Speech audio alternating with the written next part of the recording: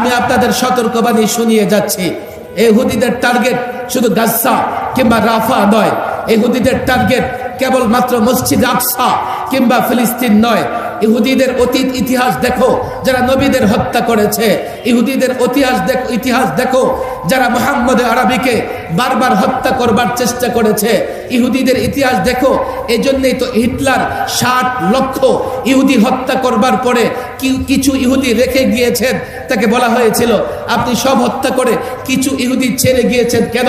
সে বলেছিল যাতে ভবিষ্যৎ প্রজন্ম এটা বুঝতে পারে আমি কেন ইহুদিদের হত্যা করেছি। আজকে যেই ঘূর্ণিঝড়, যেই তাণ্ডব, যেই হত্যাযজ্ঞ ফিলিস্তিনে, গাজ্জায়, রাফায় শুরু হয়েছে, বঙ্গোপসাগরে ঘূর্ণিঝড় শুরু হওয়ার পরে বাংলাদেশের মানুষ যেভাবে সতর্ক হয়, গোটা পৃথিবীর মুসলমানদের সতর্ক হওয়া লাগবে। এই কাল ইহুদি শুধু ফিলিস্তিন নয়, মধ্যপ্রাচ্যকে টার্গেট বানাবে।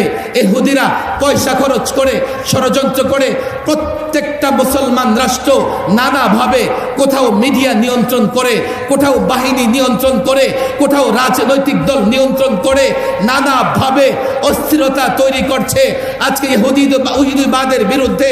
আর মনে রাখতে হবে, আমি তো মনে করি বঙ্গোপসাগরে ঘূর্ণিঝড় দূরে, কিন্তু ইহুদিদের ষড়যন্ত্র দূরে নয়। ফিলিস্তিন, গাজ্জা দূরে হতে পারে, ইসরায়েল দূরে হতে পারে, কিন্তু ইহুদিদের ছোট ভাই মোদি এবং হিন্দুত্ববাদ তারা আমাদের বর্ডারের ওই পাশে আছে। তারাও ইহুদিদের ক্রিয়ানক, ইহুদিদের ষড়যন্ত্র বাস্তবায়ন করে। এর মানে হচ্ছে যেই ষড়যন্ত্র ইহুদিবাদ শুরু করেছে, এর উত্তরসূরি হিন্দুত্ববাদ।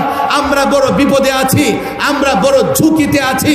আমরা যদি ইসলাম উপস্থাপন করে, ইসলামী ফর্মুলা উপস্থাপন করে এই জাতি, এই যুবকদের বুঝাতে না পারি, আমরা নিরাপদ নই। বাংলাদেশ নিরাপদ নয়, বাংলাদেশের মা বোন নিরাপদ নয়, বাংলাদেশের মানচিত্র নিরাপদ নয়, বাংলাদেশ মা বোনদের ইজ্জত সম্ভব নিরাপদ নয়। এই জন্যই তো বলি, কাকে পরোয়া করো, কাকে ভয় করো। আমি বাংলাদেশের যুবকদের, বাংলাদেশের প্রত্যেকটা মুসলমানের হার্টবিট চেক করে দেখেছি। আল্লাহর কসম, আমরা শুধু ব্যর্থতার জায়গা আমাদের এটা, আমরা পাড়া মহল্লায় নেতৃত্ব তৈরি করতে পারি নাই, থানায় নেতৃত্ব তৈরি করতে পারি নাই, জেলায় নেতৃত্ব তৈরি করতে পারি নাই, আমরা ত্যাগী আলেমকে মূল্য দিতে পারি নাই, আমরা ত্যাগী আলেমদেরকে সামনে দাঁড় করিয়ে নেতা হিসেবে ঘোষণা করতে পারি নাই, আমরা জাতিকে ইসলাম বুঝাতে পারি নাই। আল্লাহর কসম করে বলি, এক মুহাম্মদ আরবি দ্বীনের দাওয়াতি কাজ শুরু করেছেন, মক্কায় থাকতে পারে নাই, মদিনায় হিজরত করেছেন। একদিকে ইহুদি, পত্তলিক, নাসারা সব ষড়যন্ত্র করেছে, আল্লাহর নবীর মিশন বন্ধ করতে পারে নাই, ইসলামের মিশন বন্ধ করতে পারে নাই।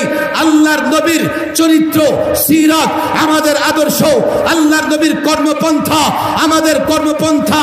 এই নওগাঁ থেকেই শুরু হতে পারে।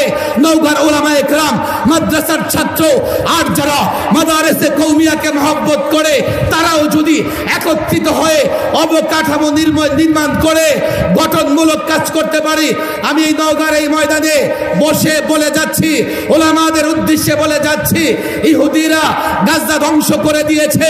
আল্লাহর কসম, ধ্বংসস্তূপ থেকে আবারও গাজ্জা পুনর্নির্মাণ হবে, আবারও ভারতে বাবরি মসজিদ নির্মাণ হবে, হাজারো মসজিদ নির্মাণ হবে।